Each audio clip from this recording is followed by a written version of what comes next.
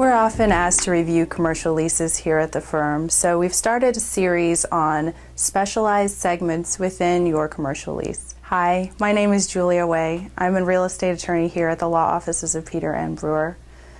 My practice is primarily real estate and lending law. Today I'm going to talk about the specific provision in your commercial lease that will govern subleasing and assignment.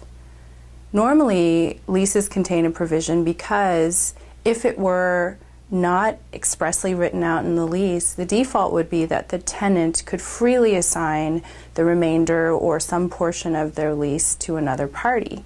Obviously, landlords want to control or have some ability to influence this process, and so commercial leases often contain an approval provision which would require the tenant to notify the landlord of their intent to either sublease or assign, and therefore the landlord would have an opportunity to approve. Now, the approval standard is one of reasonableness, and so for many, this is sort of a vague area, but generally we consider it to be one based on the viability of the assignee. So their financial records and those types of things would often be supplied to the landlord as part of the approval process. When a commercial lease has the right of recapture, it's a powerful remedy for the landlord. This provision, the right of recapture, coupled with the right of approval, means that the landlord not only has the opportunity to inquire as to the financial condition of the subtenant through the approval process, but if they wanted to exercise the right of recapture, upon notice from the tenant of the tenant's intention to sublease or assign, the landlord could actually terminate the lease and do a direct lease with the new prospect. Now, so what this means is in commercial leases where you have really long-term, 15, 20 years, the parties are going to experience financial upturns and downturns. And so the purpose of a commercial lease is to fix the rents in such a way that the parties are evening out the economic difficulties of planning for such a long term. So you have a set market rate, so when rates are climbing really high, the tenant is protected, or when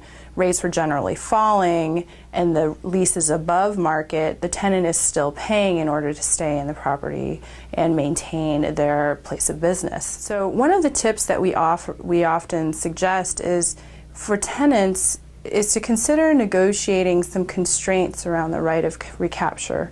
The California Supreme Court has already found that the right of recapture is appropriate and the provision itself is not inherently unfair or unreasonable. So the best that the tenant should really look for is an opportunity to narrow down when the landlord may trigger this provision. So either it would need to be for an assignment or for a minimum percentage of the floor space that's being subleased or assigned. Those are the types of things that we suggest to try and soften the harshness of this provision. Obviously, on the landlord side, we recommend including it if it's a very long-term lease so that you're not in a situation where the tenant, when the market is very, very good and they're in a below-market lease, the tenant is subleasing and trying to recapture some sort of profit on the sublease. To learn more about our firm and read additional publications by our attorneys, please visit www.brewerfirm.com.